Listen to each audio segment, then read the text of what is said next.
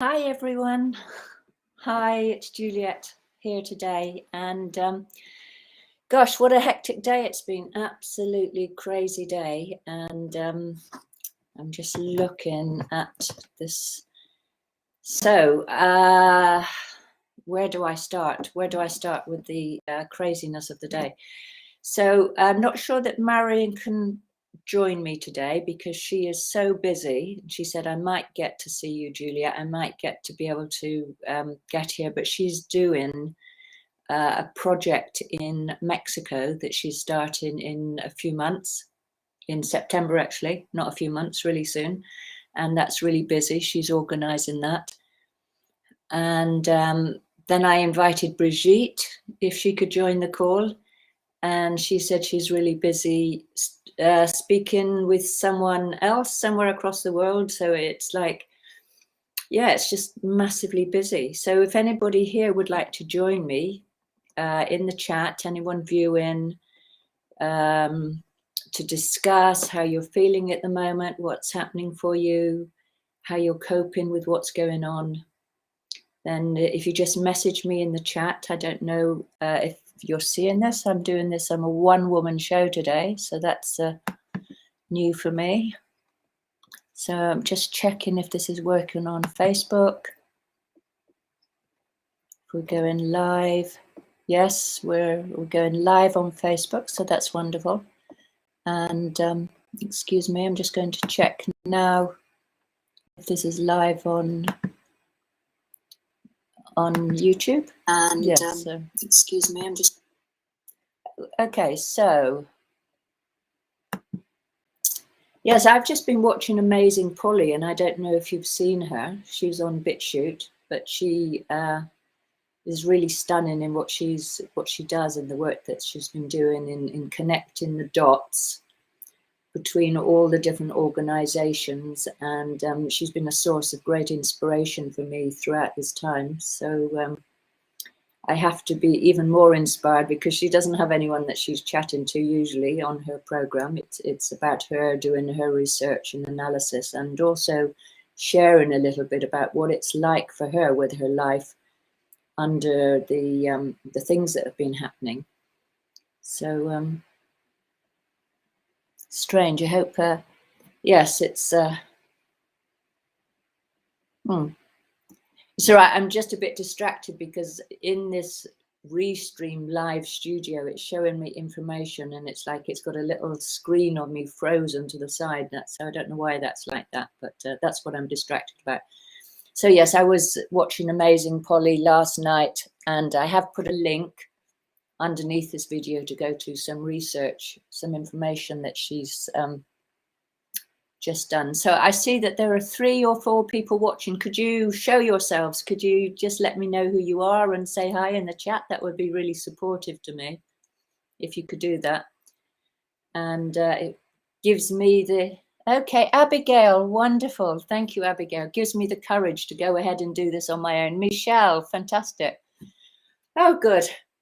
It's like I was really nervous when Marion said, oh, she couldn't come on the show. And I thought, okay, well, I have to line someone up. But it's been such a manic day right from when I first got up this morning.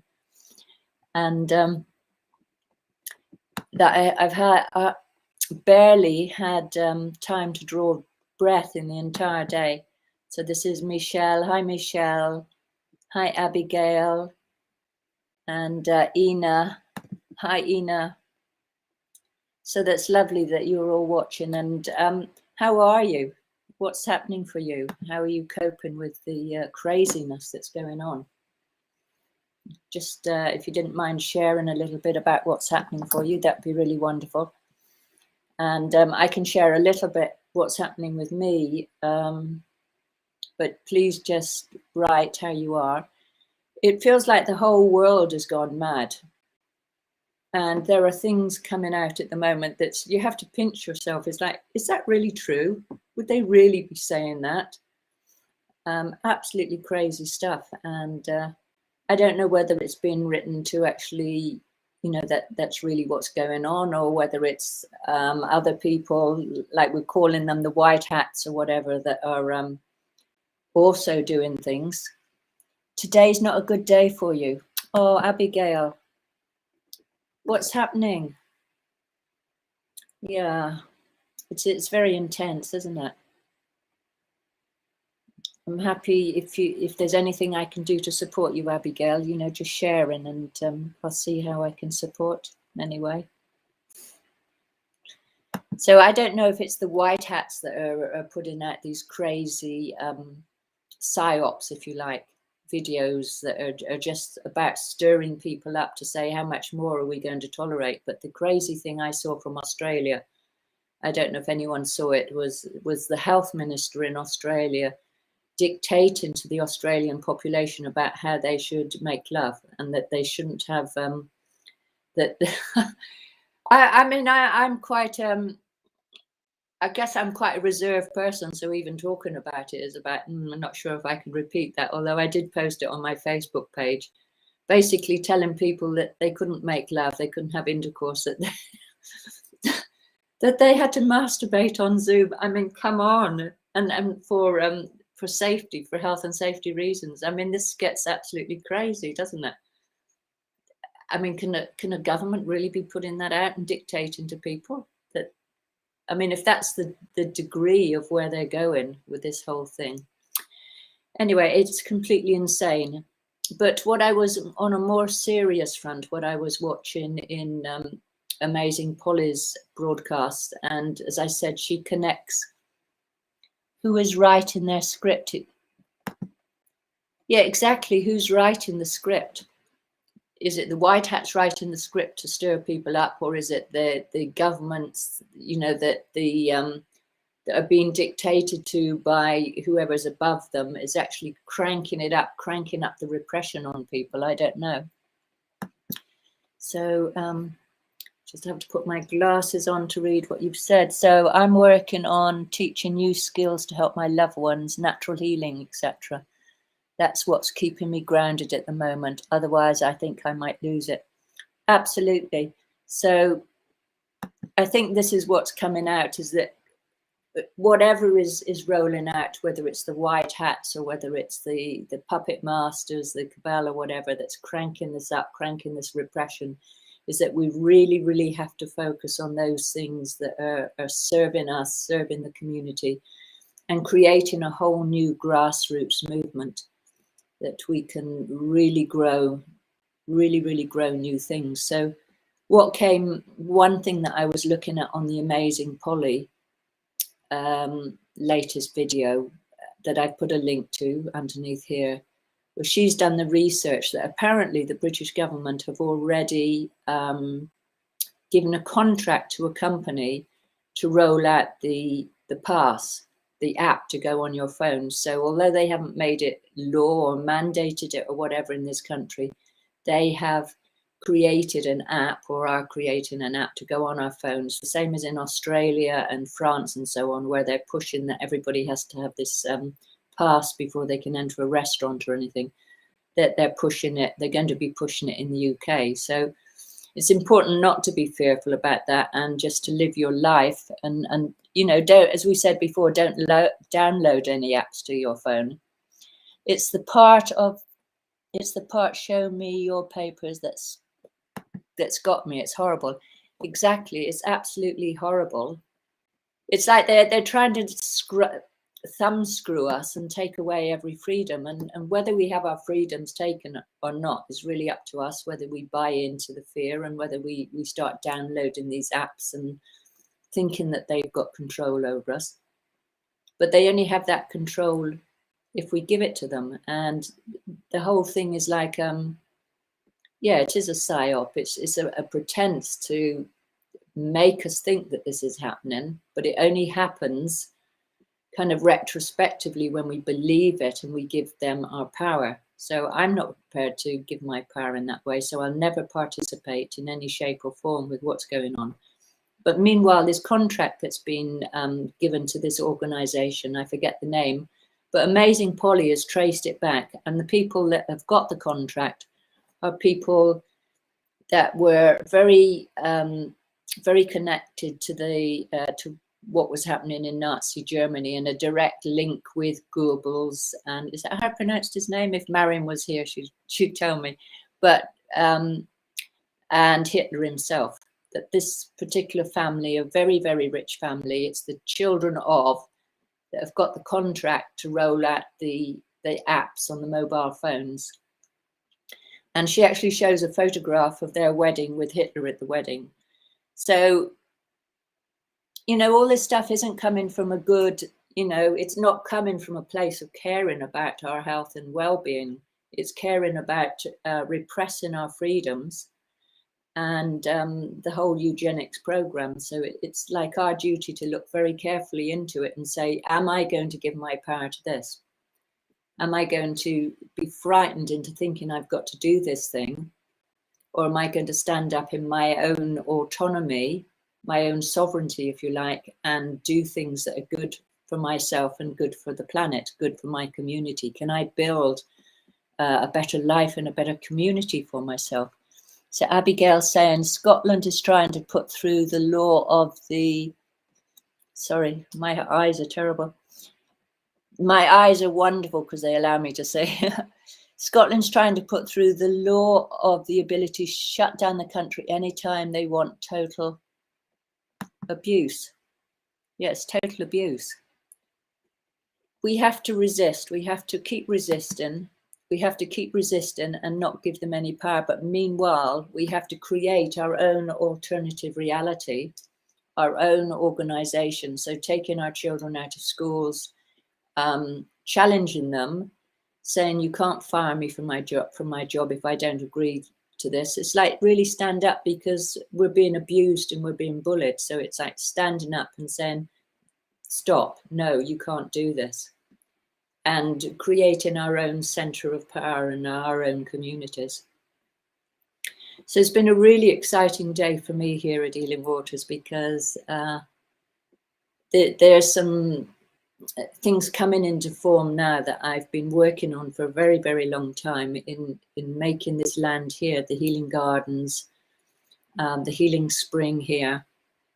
It's really a very sacred space, and that I've been building it for the community, to support the community, and protecting the land, because Glastonbury has been kind of sought after for a long time. One, for its spiritual, because it's a place of spiritual importance, and has been since, well, several thousand years. But the other thing is that it's ripe for development, and there's been a big, big push to develop the land around here. And I've been approached quite a few times by property development companies that want me to go into a development proposal with them to surrender the Healing Waters field to put housing estates there. Well, they've bribed me with saying, oh, it's worth £20 million. Well, I didn't even answer their letters. I didn't answer their phone calls, even though they sent me glossy brochures about how they would get planning permission and that I would be really rolling in money. Because for me, this land is completely sacred.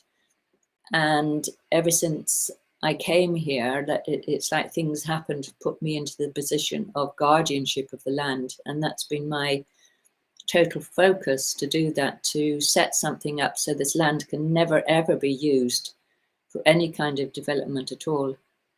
And I just want to show up what Michelle has just said, and then I'll continue with my story. So definitely stand in our own sovereignty, freedom hubs springing up everywhere. I've recently connected with my own local freedom hub. That's fantastic. That's really fantastic, Michelle. So that's what Michelle has just said. And I think I might have missed this other, oh yes, Ina says the UK and the USA are behind all of this, and Trump isn't the good guy, which is disappointing. Kimberly Ann Gogan has a different background on him, which will shock you if it's true. We don't know what is true anymore, but what she says makes sense. So there's an interview link here as well.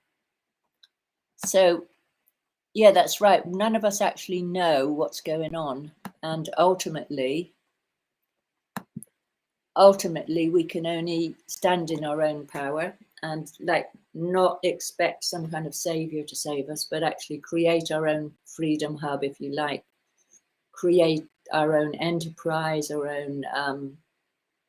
own community support. It's like, how can you, each one of you, if the shit hits the fan, so to speak, how can you make sure that your family is well?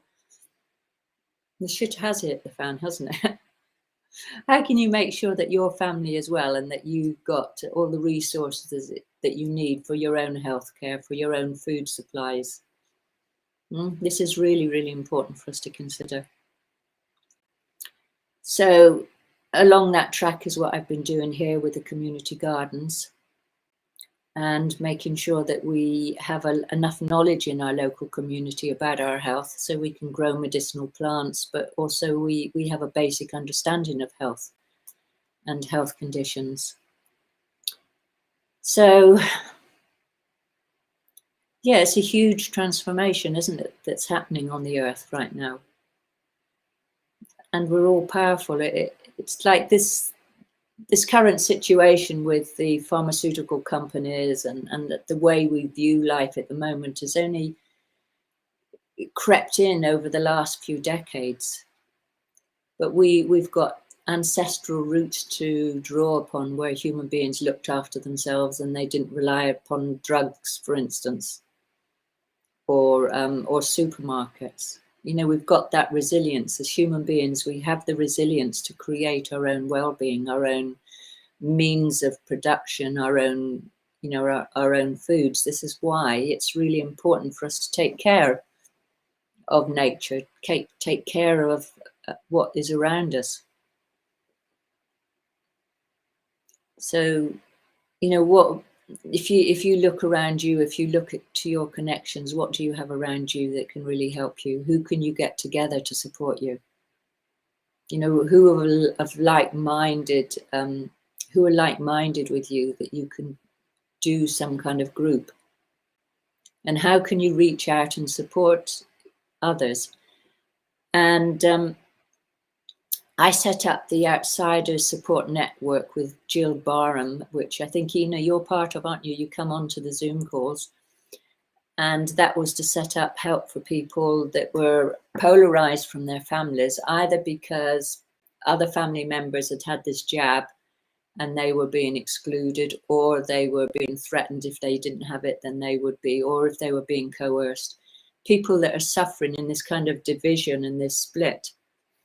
And I think this has been one of the propaganda things that's happened, the mind control things that have happened, is about separating us as human beings one from the other.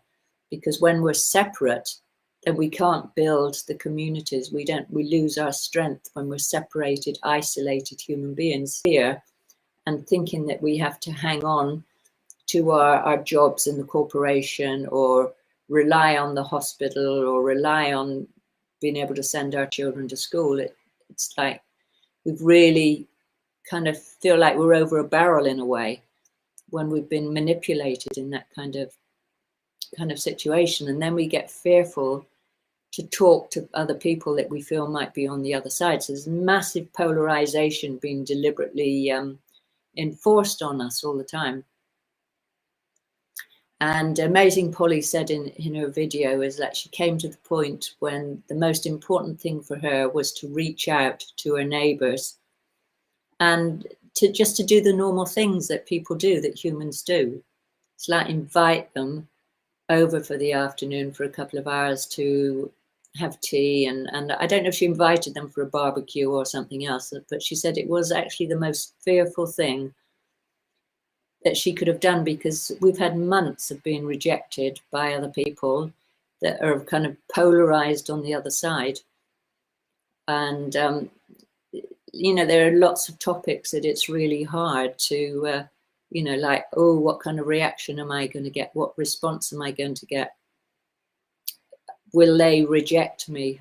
Or will I feel isolated, or whatever? Or will I be scapegoated? And there's this huge push at the moment that if you haven't had this thing in your arm, then, you know, with all these passes that they're now rolling out, that we're going to be sidelined, just like the Jews were when they were forced to wear the stars, and what happened to them. So it's like, it's really important for us. The most important work to do is not only to build our communities, but to build back the bridges with our friends and loved ones, so this can't happen to us. And she said, Polly said she was terrified when it was the most terrifying thing that she did when she reached out to her neighbours, her next door neighbours, to invite them around, but she did it nonetheless. And then she was astounded because it was the most lovely afternoon, just sharing with them. Oh, there's lots of comments. I've missed you, sorry. Yeah, it was a really lovely afternoon. And I'm just going to show you some of these comments from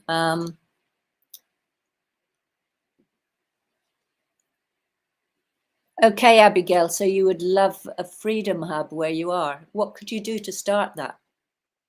How could you, could you reach out to your neighbours? How could you do that?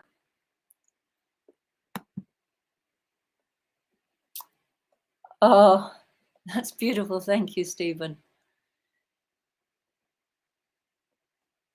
And then we have Stephen. Oh, right. I'm a boiler maker and have many trades under my belt, and will help anyone who has. So reach out to Stephen. Anybody who wants to reach out to Stephen? Oh, Abigail, I was supposed to be on the Zoom call, but got my days mixed. Do you mean on this Zoom call? Do you want to join live, Abigail? Because I can send you a link if you ask, if you just flag up, and I will send you the link over.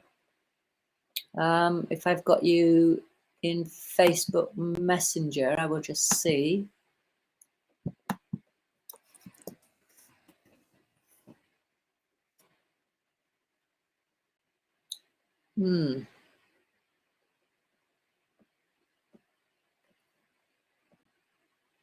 So my computer's going very... Oh, yes, I've got you here. I think. Hope that's you. I'm not sure. I might get the wrong person on here. So anyway, let me know, Abigail, if you were Irvin. Okay, so just flag up. Oh, I know, it was for Monday night. Okay. Oh, right. Okay, I'm with you now. You didn't get on the call? You didn't get the Zoom link, Abigail? Okay, I'll tell Jill to contact you again. Michelle, I used to think dandelions were just weeds. Now I know that they are amazing powerhouses of nutrition. Yeah, absolutely. I always spread my dandelion seeds around. They make amazing medicine.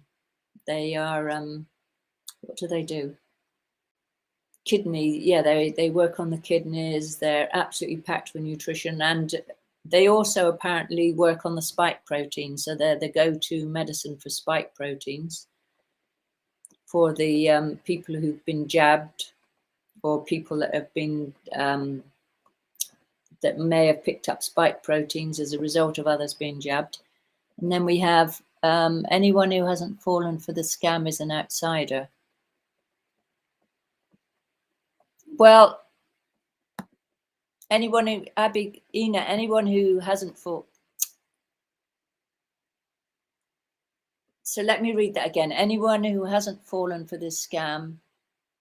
Oh, right. Yes, I see what you mean. Yes, we're being made outsiders because we don't buy into it. But that's the whole push to say that we're a conspiracy theorist, isn't it? That's what the CIA invented, the conspiracy theorist label. But it's like we're conspiracy realists, that we have done our research and we understand what's going on. We may not understand everything because there's layers upon layers upon layers of it, but we can certainly see there's a big hoax going on. And Stephen says, I live, oh, you're in Queensland? Bless you, Stephen. Are you watching from Queensland right now? That's stunning. And will help anyone. And I would love to know if there's a freedom hub here or anyone wanting to help me. So excuse my awful reading of these things. I'm just like not so great at this multitasking and reading the small print and everything. But so if anybody in Australia is watching this, anyone else and needs some help, then Stephen is here to help. But Stephen, how can you approach people as well? Could you have a Facebook page or something like that? How can you actually reach out and help other people as well? So this is what we have to begin to think of. It's like, you know, have your eyes open to what's happening around you and where is help needed. Because apart from, you know, the actual physical, practical level of doing this, that we need to build these new centers and new ways of going, there's also the thing about raising your energy. So if you're actually doing something to help other people, then you're no longer in a state of fear. So this whole thing is thriving off the energy of our fear, isn't it? That's what they want us to be, in this really low vibration of fear. But when you set about to help people, then your vibration is lifting considerably, and you're manifesting a totally different way of being, and that you're coming from the heart and totally creating this whole new energy that's bringing happiness and joy and a feeling of inclusivity and support. It's an entirely different thing, and this is how human beings are biologically meant to live, isn't it? It's not about giving our power away, it's about being empowered. And so now we have Rachel. Hi Rachel. Hi. Gratitude from Belgium.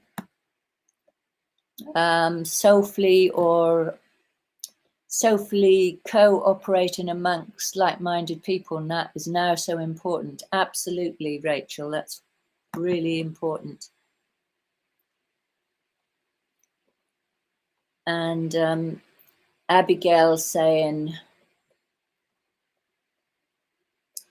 oh, talking about dandelions. I didn't know that, Abigail, that they're useful in oil for pain reliever. Do you mean dandelions, Abigail? I absolutely didn't know that. I'd love to have a link about that. And then Michelle says, I connected with my Freedom Hub by going to my local stand in the park. For anyone who hasn't connected with their local stand in the park, I can highly recommend it as an important source of freedom. Oh, that's amazing. So yes, Michelle, you were on the you were on our call, weren't you, when you were talking about that? So there's thousands, well, I don't know if it's thousands, but there's many stands in the park happening all over the country, all over the UK. So Stephen, you might think about this for Australia as well. It's like how it started is that people decided they were just going to go on a Sunday and stand in the park in protest to what was going on. And those groups gradually built. And out of those groups, more and more people connected up. And now there are freedom hubs developing as well. So that's wonderful that that's happening. And Abigail says, yes, dandelions are leaves for pain relief as well. So, you know, there's far more going on than we can ever realize in terms of the amount of people now that are distressed or have been distressed and are now doing something different about it. So last night, at the end of a very long day, I was very tired. I'd been on my computer all day and organizing. We have lots and lots of people coming to Healing Waters at the moment, and lots of people coming for trauma healing and for accommodation, and people coming to the gardens, things like that. And I hadn't managed to get a break, and it was 7 o'clock at night, and it's like, I just have to get out of the house somewhere. And I walked across town and up one of the hills, because Glastonbury is on, they call this area the Ancient Isles of Avalon. So people know about Glastonbury, but that Glastonbury is like the 3D reality of in the ancient legends about the ancient Isles of Avalon in the lake with the Lady of the Lake and so on. And there are different hills here. There's the Glastonbury Tor that everybody knows about, I think. that most people come to see. And then there's the Chalice Hill, where the chalice of the Last Supper was buried. And there's the Wearial Hill, where Healing Waters is situated, which is a sacred site where the holy thorn tree was planted. And Joseph of Arimathea landed actually it's the corner of the field of Healing Waters was in ancient times a dock, and there was a sea here, and Joseph of Arimathea came, the legend said, by boat and walked up Wearial Hill and planted the holy thorn tree. And then there is Windmill Hill, which people don't know about that much, but it's on the other side of town, and now it's mainly covered with houses, just the same way as the developers have been trying to cover Wearial Hill with houses. So anyway, at the end of a long day last night, I walked over to Windmill Hill, walked up, and I found this little area. Although I've lived here for 37 years, I've never seen this before. And there was a little wild patch, a little path walking along this wild patch. And I knew that that path existed. I've walked a few times along it, but as I walked along it, there was just a little path to the side going into the bushes, and I followed that through. And then I was amazed to see this beautiful space that was like a heart shape on the ground that had been created. The mud had been hardened into this heart, and there was a fire pit there and logs situated around it. And I thought, oh, this is really beautiful. Let me just sit here for a moment. And it's just beautiful trees along the side. And I was thinking, gosh, I haven't been able to travel for all this time because I won't collude with what's going on. So I won't, I won't do this or have any, any of that other stuff done to me, because I'm not going to go along with it, even if it means I can't travel. But just sitting here now, it feels like I'm in a totally different place. And so it's just like really relaxing and taking in the feeling of the place. And then from behind me, this young boy came along, sat down on the log and said, oh, I've just brought a packet of firelighters. I was going to light a fire here. And apparently he'd been coming to this spot for a while as well. And he was like really excited to make a little campfire, which was wonderful for me. And he lit the fire. And we were just sat there enjoying the fire. And then somebody else walked along and just saw the place. And then she came and joined us. So it's three of us, like we hadn't spoken ever before. And we just sat down and we started sharing. And it just struck me there are little places, little secret places like this popping up all over the place. And apparently this had been created at the start of this whole craziness like a year and a half ago, where people had created a space in nature so they could just meet up. So that's really beautiful. So let's just go back to the messages and catch up here. Where are we? So Michelle has said about the park, the stand in the parks. And Selena, hi Selena. Oh, it's lovely you're on the call as well. See, I managed to do it despite how crazy the day was. It's absolutely amazing. So Selena says some freedom hubs are formed from stand in the park groups in the UK. So she's put a link here. So Selena, for those that have put links on the side, if you could go on the YouTube channel, if you can find this video on YouTube later on and put it in the comments underneath, because I'm not sure when we end the call whether these comments are going to be on the YouTube channel. So if you'd like them on the YouTube channel for other people to share, if you could post them afterwards underneath, that would be really helpful. And then Stephen has said, let's go to Stephen's comment. Well, I'm trying to ask the CEO, Scoot Morrison, to put their poison that they're trying to call, I won't say that word, under the microscope. I'm intending to go to my local CEO office and record it. That is fantastic, Stephen, that you're challenging them in that way. Well done. So I'm just going to put your message up here. Yeah. That's really fantastic. So I heard I bumped into somebody at the petrol pumps yesterday as well that I hadn't seen, or was it the day before, that I hadn't seen for a long time, for months and months and months. And then he told me that at Tesco's supermarket in Glastonbury, they had a little hub there where they were sticking these things in people's arms, and he was completely outraged and shocked. So we went along and challenged them. So we can all do these things. We can challenge where this is happening.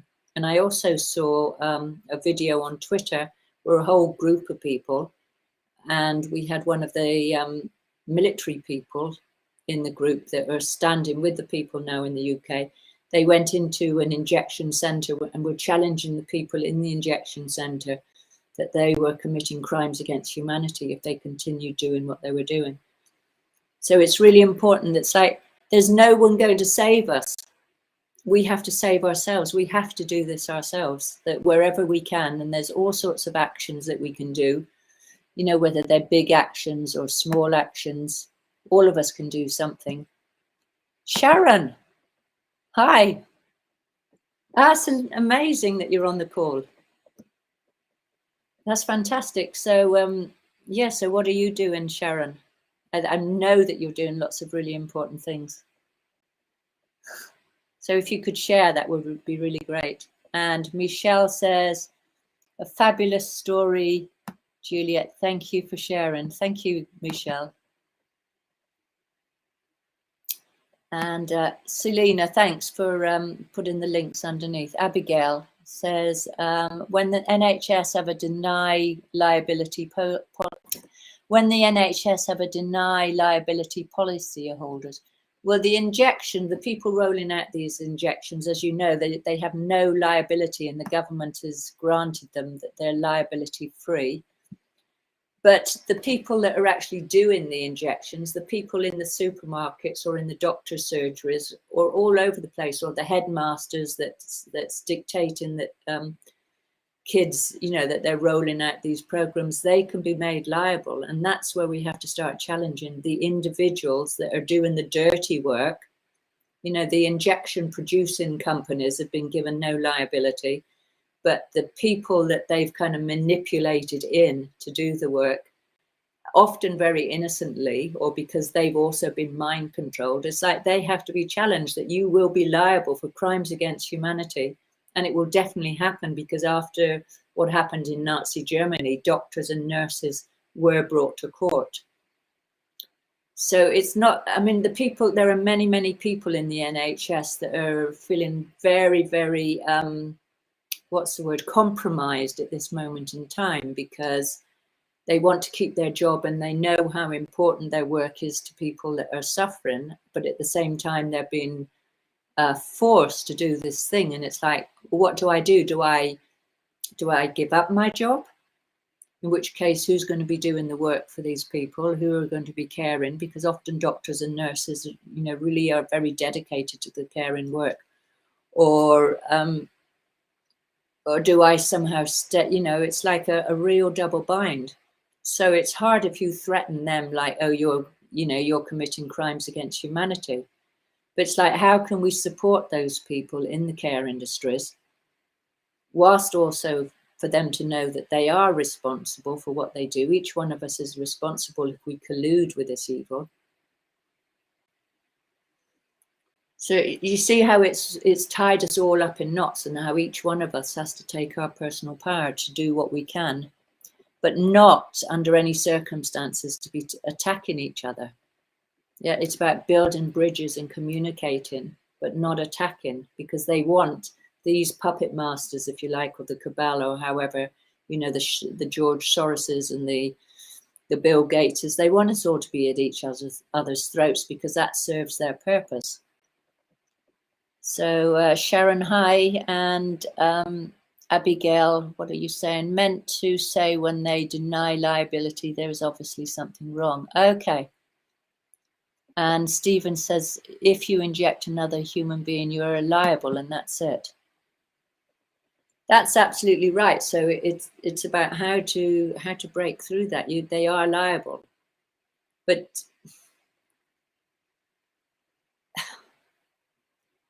I'm just thinking, it's like,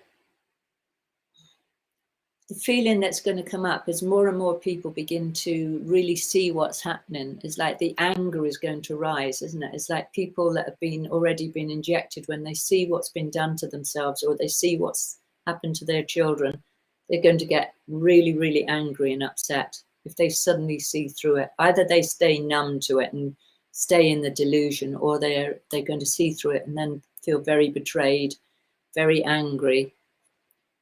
And above all things right now, it's like we could be on a precipice. Are we all going to start fighting with each other and have some terrible war? I mean, we do have a war, but it's a war of information. Are we? I think they would like to see us killing each other, attacking each other. So how can we use this energy to actually find creative ways forward rather than just attacking each other? It's really challenging. It's really asking us to step up our vibration and see the bigger picture, and not to be, not to be at loggerheads, not to be fighting with each other, even if we see like if it feels like we're on different sides. We're not actually on different sides. We're all human. So Sharon says, no collusion, and let's create new systems, dismantling the darkness whilst creating our new earth. Absolutely. So we have to be the change that we want to be. We can't just start hurting each other. We have to be that change, don't we? We have to learn how to deal with the amount of manipulation that's been done, because people on the other side as well, we call them the other side, but people that have been injected, for instance, they've been injured. There's their lateral damage, if you like. They've been injured. They're war victims. They're just the same as people in the trenches in the First World War that have been killed or have their legs blown off or terrible things. That's what's happening with people that are being injured already in this situation. And Sharon says, we all have a part to play. We have to unite. We have to unite. This is really, really important. For saying, sorry, just trying to, yeah. So building our hubs, building our freedom groups, setting up our own business, supporting the elderly, supporting the homeless, supporting the injured around us. Not being in anger and judgment with each other, but really finding a way through the darkness, moving all the time towards the light. So how can we do this? What's you? Because the more that you actually find the resource within yourself, the light within yourself, the more powerful it is, isn't it? The more powerful you are. I was doing, I was working with someone recently that just as they tuned in, they got this tremendous feeling like it's not just about there's the light and we have to aim towards it, but that I am the light, actually feeling that light shining through you. It's not just about trying to aim towards the light, that we are all divine. We are all co-creators, manifestors. So Stephen says, they have been murdered. Yes, that's right. I mean, that when you think about that, then you're really angry. I spent months posting. There's this global murder. Yeah, I'm just avoiding words that might get us banned on YouTube. But the word beginning with G and ending in side, with the word side beginning with G, and then.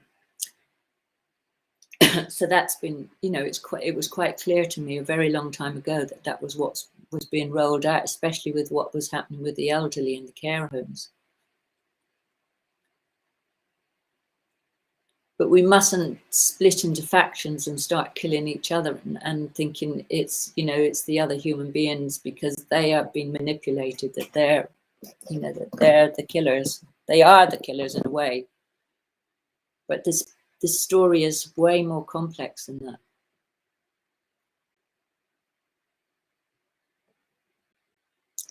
So Michelle says, okay, this is a message.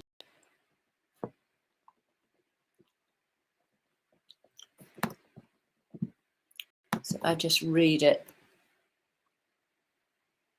So that's a great analogy with war victims, Juliet. It does help to change perspective and feel empathy for those who have had this therapy.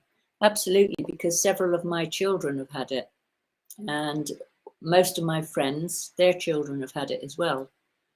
And it's really, really distressing and really upsetting. And I think we've all been touched in some way. I don't think there's a single person on this planet that probably is completely free from some member of their family or their friends that haven't been pulled into this and is seeing the other side, thinking, believing in the other side. And we've talked a lot on these programs about the mind control programs and how that came out of Nazi Germany with the CIA, and that 600 Nazis went over to America as part of this Operation Paperclip, and then they founded the mind control programs, the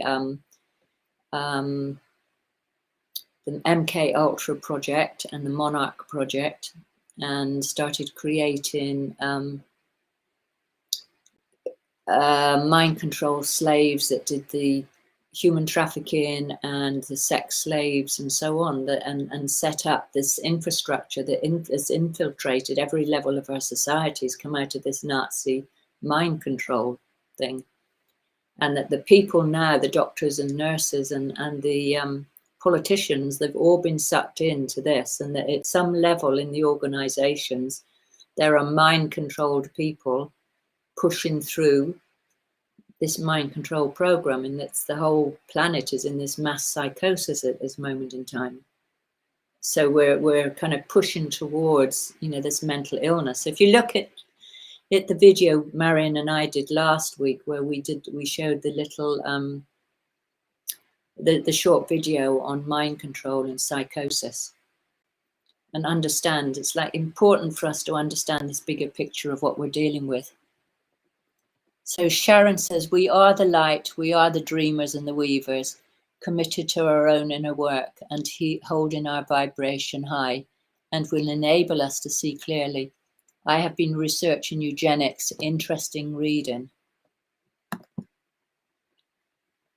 That is indeed interesting reading, Sharon, because I posted something last night on the Facebook page. So that came out of amazing Polly's research, because she said it's very interesting, because how come that George Orwell and Aldous Huxley both wrote these very prophetic novels, Brave New World, for instance, and Animal Farm, that talks about these kind of totalitarian regimes and what's the word? It's gone out of my head. So this kind of robotic humanity, where in Brave New World, how humans are created in test tubes, that were the transhumanism trend. So Amazing Polly said, how come they were able to write these novels? Did they know something about what was unfolding, or were they,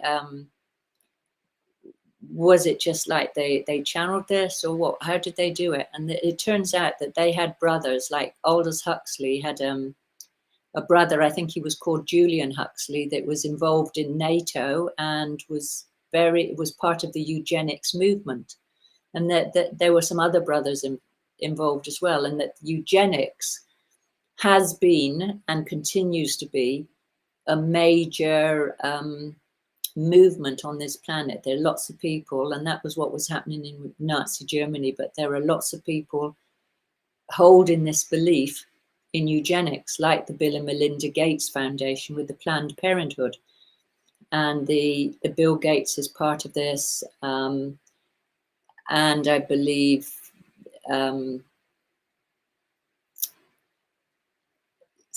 sorry, my mind is going. I can't think of his name. The man who control Facebook, Mark Zuckerberg.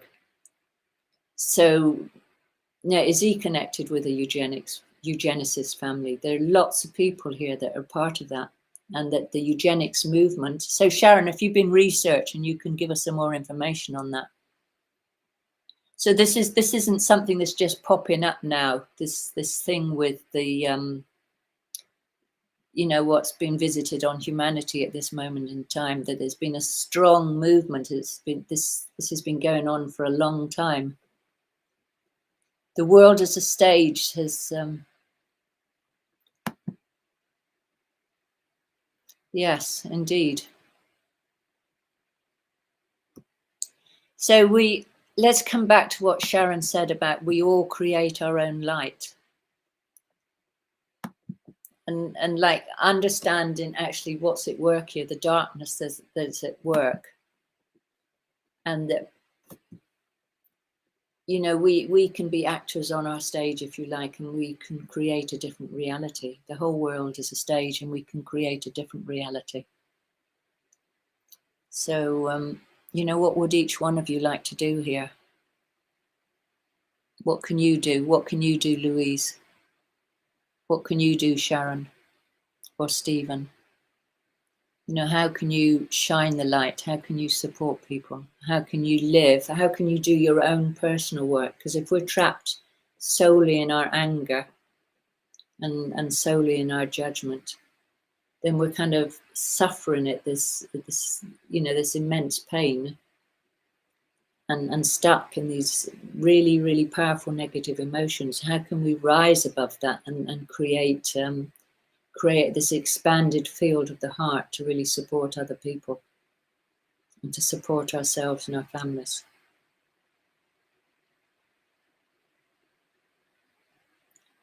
So that's the work, really. The first work is on ourselves. It's really doing that work for ourselves. And all these circumstances that come up, all these really, really challenging things that happen, in a way, as Thomas Hubel says, it's like, what was the difficult situation in my life today? Let me reflect upon that. What does it teach me about myself? How can I bring more clarity, more light to this? So Sharon says, dismantle and challenge, work and dive into our own pain. Yeah, so that's really important, Sharon, isn't it? It's like exploring our own pain and what the triggers are for that. You know, what's our own trauma patterns and how does that interconnect with the collective trauma patterns? Where do we feel a victim, and where can we find our power? How can we move through and out of this so that we lift the whole collective trauma? So we're looking at a personal level, on a personal level, at our own trauma healing. And in the process of that, as we're doing this on in a huge way at this moment in time, with the pressure that's happening, that we're doing enormous collective trauma healing right now. And Abigail, sometimes I just put my feet on the earth to clear myself. Yeah, that's really, really important. And that's what I did when I went out, when I finally went out yesterday evening, and I was so relieved. And the young lad came along and lit the fire, and then I went, and he wasn't very experienced on lighting fires, and I've been a bit of I've loved fire since a little girl, and then I went round and started making a bigger fire, and I sat there, and it was like my whole heart was expanding, and it was, it's like I was entering a totally different realm in that moment, and really, really deeply connecting with myself in a way that I hadn't been able to all the time. All day I'd been sat at the computer and just like really anchoring in a whole different expanded energy in that moment in time. So it's important to give ourselves the space daily to do that, to be able to stay connected. And as Sharon says, that there's no spiritual bypassing. We can't make this up. We have to do the spiritual work.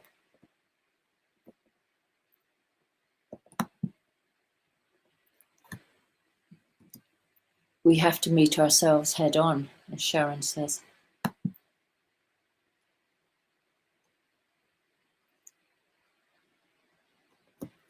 And I think this is what brought me into work and doing the trauma healing work. Is I had so much in my life, so many difficult, challenging situations, and like I was really forced to meet myself in those situations and find a way through.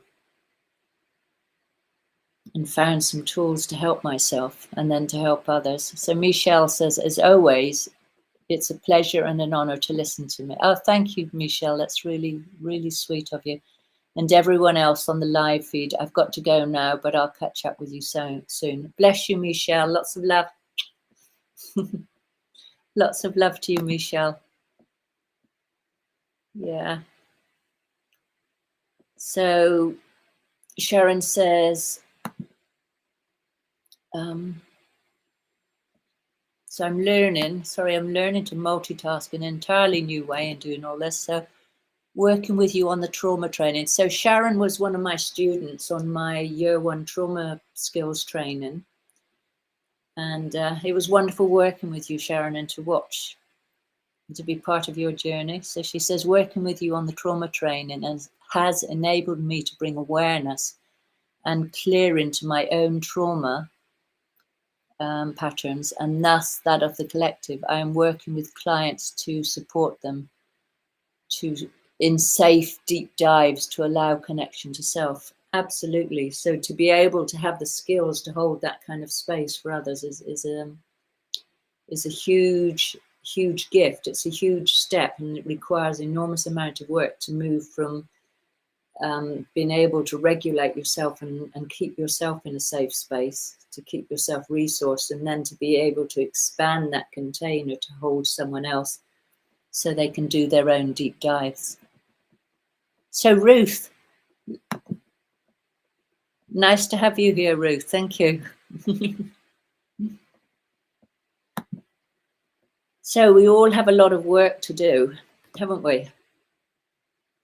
And in a way, the situation is a tremendous gift. I mean, it's a time of immense suffering on the planet, but also a time with a huge amount of potential for healing. And none of us can do this on their own. There's this belief. It's like, oh, maybe I should be able to just get on with it and sort myself out, and not rely upon other people. But this is simply not true. That we need other people. We need each other. We need each other to feel safe, and we need each other for communities.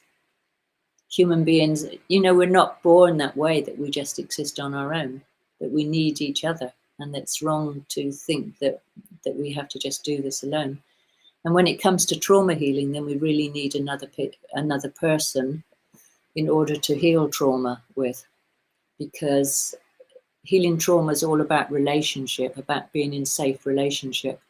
And the roots of our trauma very often is because we weren't in a safe relationship with our parents, because they were stressed or they were traumatized. So working together with somebody like, go into an experienced trauma healer, or the kind of trainings that I lead, for instance, they're all places where you can begin to do this deep healing. And Ruth says we need our tribes. Absolutely. We absolutely need our tribes, Ruth. And that's the blessing for me of living here in Glastonbury, is there are all sorts of tribes here. And last night when I found that spot in the woods where the heart had been made with the fire pit in the middle, it's like, right, there's another little tribe in Glastonbury that's been doing their special community thing, and that they're meeting on the new moon and the full moon.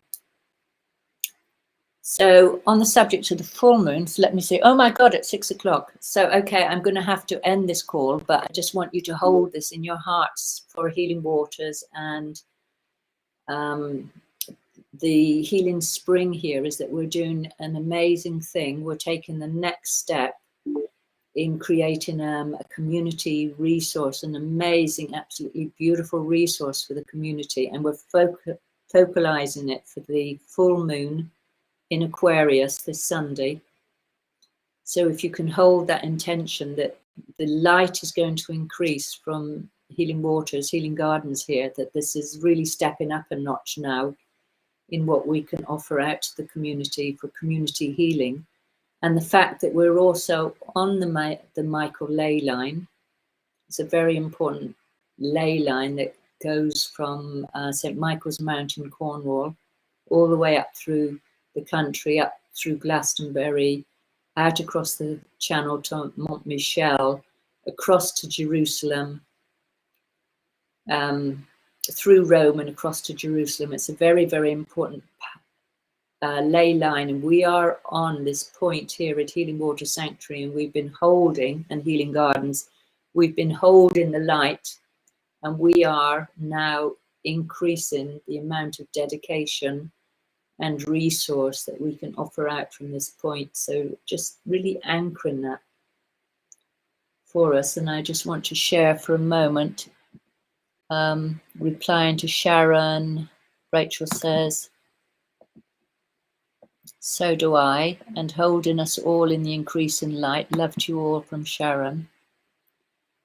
And Shirley says, loved you in Glastonbury.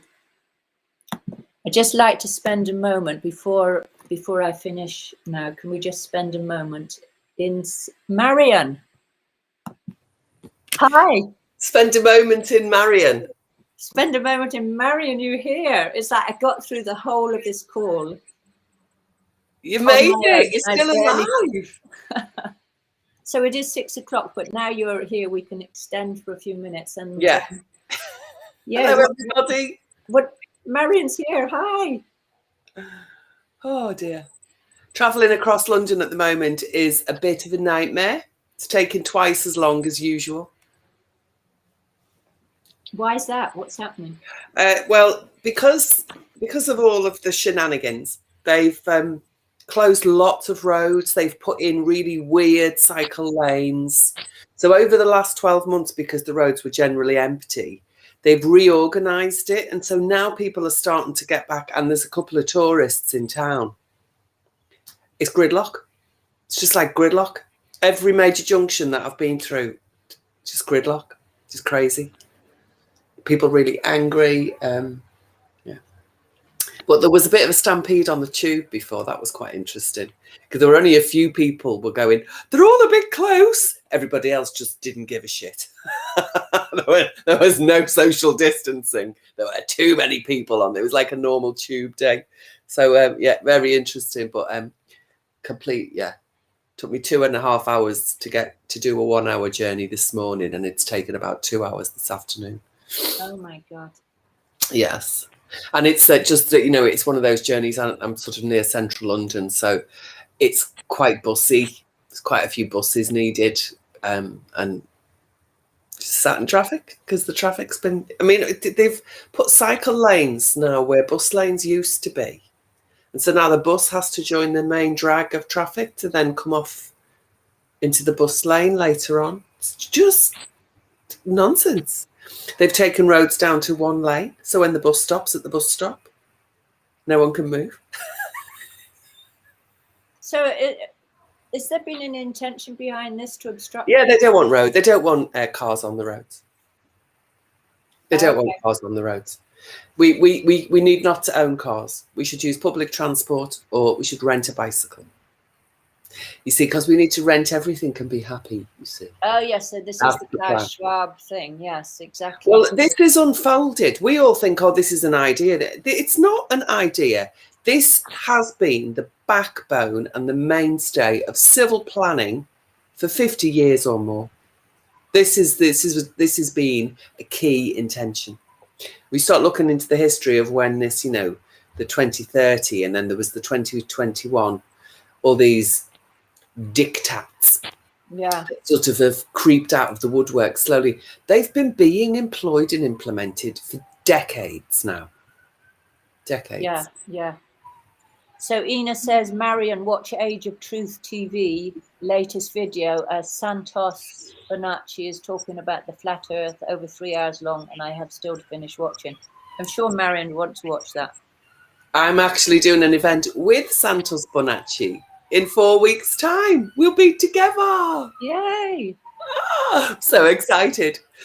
We did a quick 10-minute chat the other day as a video to share with people. I've added subtitles in Spanish I did on it as well. And I got 1,000 views in a couple of days. I thought, oh, that was good. Anyway, he's put it on his channel. He got 5,000 views in the first 24 hours. He's great. He's got an audience who love him. And so far, we've only found one negative comment, so I just deleted it. Okay. So, yes, it's that me and Santos Bonacci. There's we love you, Marion. We love you. Oh, bless you.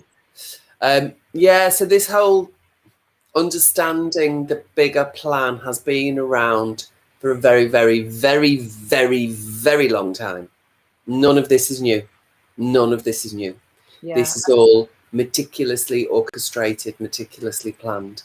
And which is why we do really need to stop acting like it might go away, or we should just do as we're told, or let's not make too much a disturbance. Fuck that shit. They're on it. They're on it, and they have been. And nothing except our real determined and like our centralized power as people is the only thing that will make a difference. Did you hear what happened in Russia? So Moscow got a public events only for mask order. Oh, no, vax. You have to have your vax QR code. So everyone in Moscow, including those who have the QR code, stopped going in businesses where it was mandatory. All the business owners started complaining. The mayor has changed the law. The mayor has removed the mandate of Moscow. Wonderful. This is what we have to do. We have to absolutely stop. Businesses were doing better last year in the lockdown than they've done this year with the passports. So this is a really lovely way. And we have to change our it's like we have to stop persuading each other and stop fighting with each other. And it's like, this is wrong. This is about our freedom of choice. Whatever we want to choose, this is about our freedom. And we're not dictated to by the difficulty is, though, when you're speaking to somebody that's stuck in the program and they're confrontational about the lies and the nonsense, but that's their belief. That's where it starts to get difficult, because it is such a huge orchestrated plan. People can't even take that in. This malevolence has been orchestrated for so long. People can't take it in. And I think that's the most difficult thing, because that then makes them on the other side feel more other-sider. But we need to be not other-siding. We need to be human together, don't we? So regardless of your choices, regardless of your decisions, let's make positive action that helps everybody. Which the thing is, if you're a believer that this, infectious shenanigans is real, it's really difficult to allow those who don't want to protect me, if I've got that belief, it's difficult to let them in. But in the same way, for us, it's very difficult to let in those who are going, you killed my granny if you haven't got your mask on. It's where do we find that middle ground, and how do we cultivate it? How do we expand? Yeah, that's interesting you say that, Marion, because you've just jumped on the call and we haven't talked since last week. And yet what you've just come in with is precisely the theme of what we've been discussing. Oh, wow. I'm tuned in, me, You are completely tuned in. And I think this is the important thing, is for us to tune in, isn't it?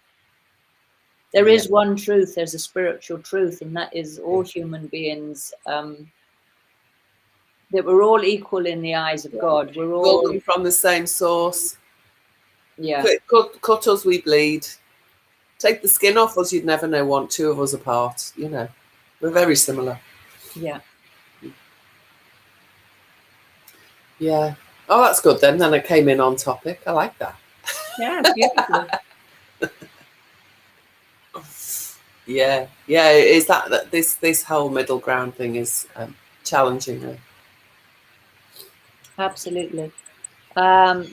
So Ruth says, I found if you come from a space of love, respect, and pro-choice, people are willing to listen. Yeah. Yeah, that's useful, that, Ruth. Yeah, starting with choice, not wanting to be told what to do by somebody that I may disagree with. That's quite a good conversation starter, because we can really identify our similarities at that point. We can associate. What do they call it in NLP? They call it rapport. Rapport. And I think freedom is absolutely the most important thing to a human being.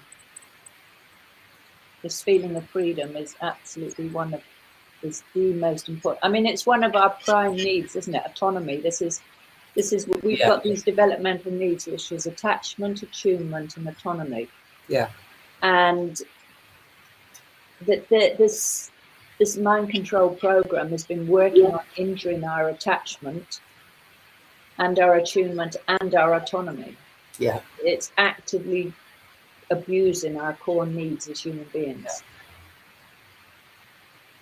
Very. It is so well thought out, well thought through. It's meticulous. It really is meticulous. I'm grateful that the people who do devise these plans don't have access to the full array of humanity and all of our emotions and ideas and our will. I think because of their damage, because of their trauma, or because of their darkness, or because of their species, I don't know, whatever it is that makes them different. Human generosity, human compassion, and human ingenuity, they don't get it. They don't get it. No, and I think that's how we'll win. So they don't expect us to stand together and love each other, do they? That's right. So Selena said, standing in your own alignment without bending reality, so energies bleed. If both are in each personal alignment of unconditional love, then there can be a dance, even when the truths are experienced. Yeah, it's good. That's nice, Selena. Because we are all dancing. I mean, we could both repeat the same words over and over again, but it means different things to us. We feel different when we say it. So although we are similar, we are human in the same way. Our subjective experiences are so different, so different. And I think that's why it's been difficult to try to keep us all in unity, but also because of our similarities being so deep and so beautiful that there's always a chance. There's always that space for the light to be there. Yeah, and Ruth says they didn't expect so many light workers to wake up and research and shine our light so bright. Exactly. Yeah. Yeah, they had.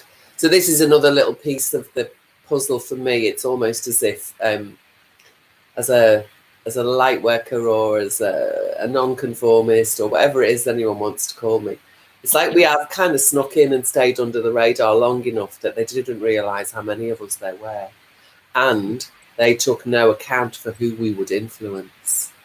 I think that's the bigger thing. Our circles of influence are really big, aren't they? Huge, absolutely huge. So Rachel says, joy, happiness, all people understand from the heart how powerful the joy of life can be. I do a lot of conversations in our town with non-like-minded people about what brings us happiness and joy. Nice. That's really important. That's gorgeous. I love that. Yeah.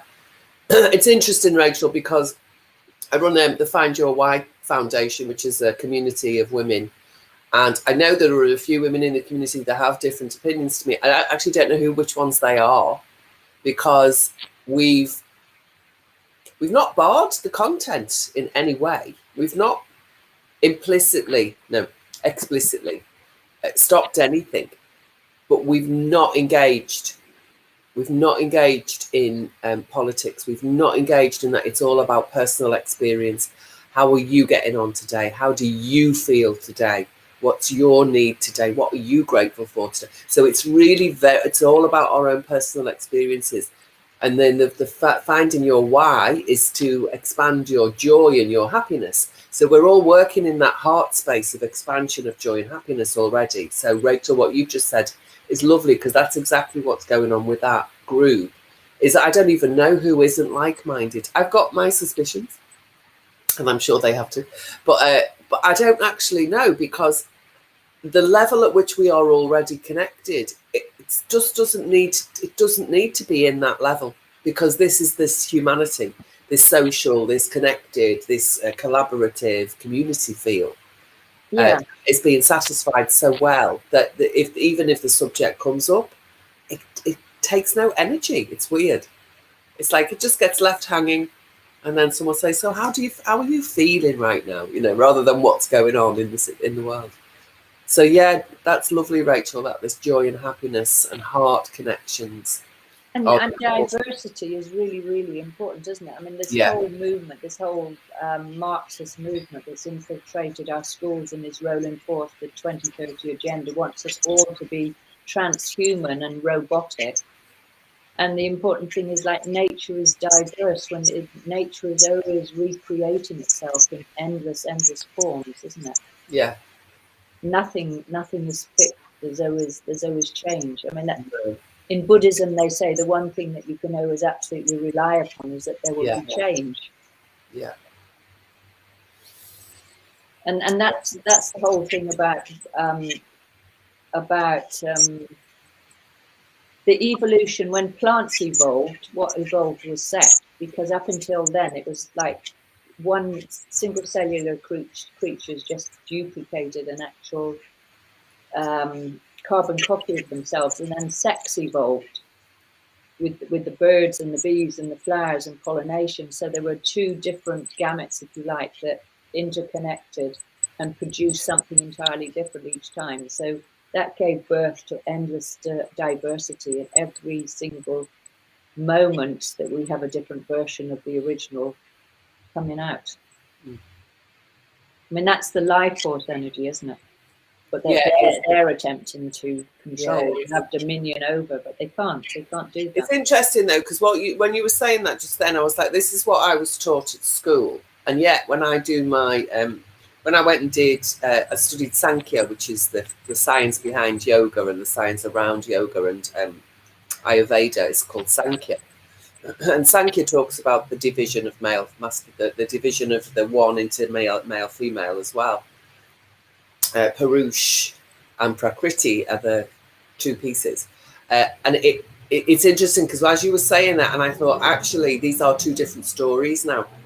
When I think about the Sankhya and I think about the evolutionary plants to animal kind of information that we've got, it's like, ooh, that's a bit messy. There's something in there that doesn't quite tie together. There's a bit of a story been fed through it, you know what I mean? Yeah, that was an interesting sense of a stream of thoughts as you were speaking, going, oh, well, they don't agree. These two stories I've got, they don't do the same thing. Really interesting. Well, we don't know everything, and it's like levels all the time that we're always trying to fix something that we know, but we don't know. Yeah, exactly. And this again is this fractal reality that we live in, isn't it? It's like there's always every moment creates something else, and it creates a potential. So there's a split there because there's something else and there's the potential, and every single moment is doing that, and it has been doing it, and it's diversity, which was the point that I was like aiming. Diversity. Yeah, exactly. No, it was great. It was just that little bit in the middle, and I'm like, great. Oh, doesn't compute. I could feel it going. No, they're not the same. We don't want computers. No computing. Stop computing. We just want to be in our endless diversity. So So Rachel says, hang on, where are we with the comments? Let me catch up. So I can read it here. Oh, you can read. That's fantastic. It's so beautiful about not getting engaged in the political thing when meeting, but have a soulful conversation. Yeah, it is. Just keep it real. Keep it about myself and about you.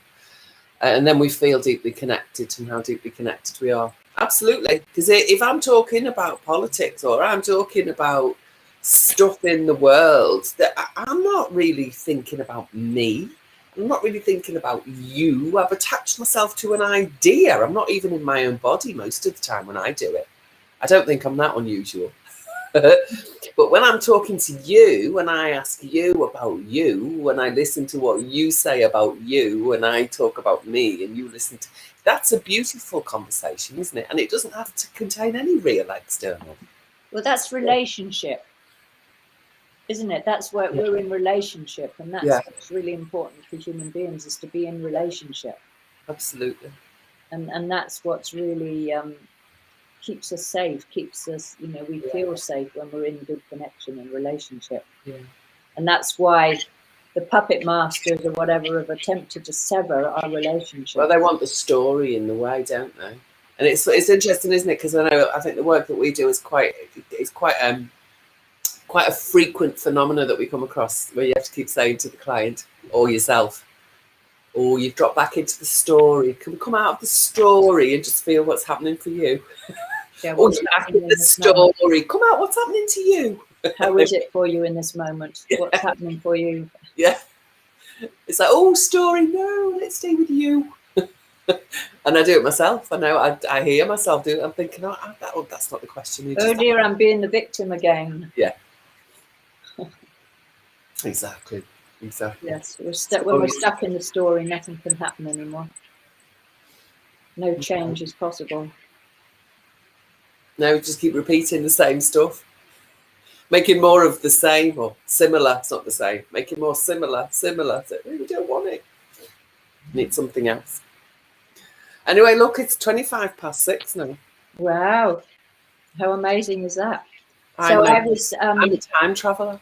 A time traveller. So, okay, so we'll wind up. But I was just on the point. You just came. I was the last 30 seconds and I was going to finish. But what I was saying is, like, there's an amazing shift happening here at Healing Waters and the field, and we're increasing the light. There's an incredible thing about to happen, and we're focalizing it for the new moon in Aquarius on Sunday.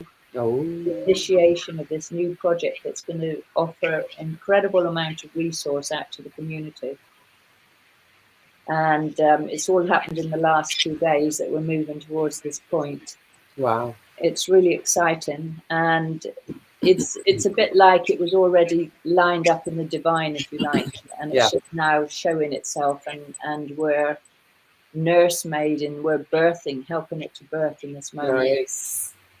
So I was just going to ask everybody on the call in this moment just to set their intention to hold this increase in the light for us here at Healing Waters, because this is a very significant point on the ley line that goes all the way through Britain and out across the Channel and through Italy and down into Jerusalem, that these are significant points on the line of the battle that's happening with the New World Order and so on, and trying to hold control over the planet, that we're inputting a massive amount or opening up to a massive amount of light coming here, into this point that we're focalizing here.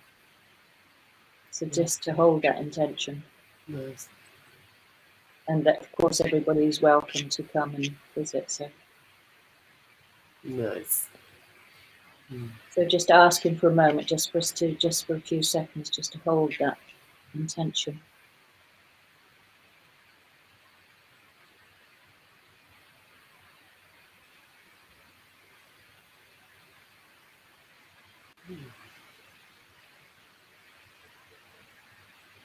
And to give thanks for everything that we have in our lives and all the support that we have.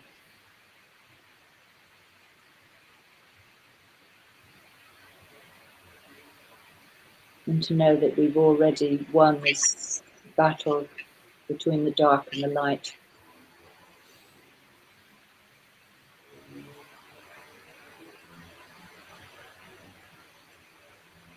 and life will flourish in all its myriad forms on planet Earth.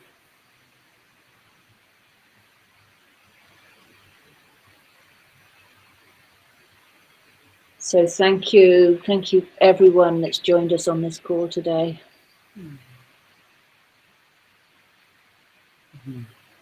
Loads of love to you. Big love, everyone. And yeah, shine your light and walk in faith. It's done. Just doesn't look like it yet. We have the faith, it's done. It's a good way to walk. Yeah, the old order is crumbling. So just hold your ground. Shine your light. Rachel says thank you. Nice. Okay. Lots A of lovely love. evening. Bye for now. Bye. Bye. Bye, Selena.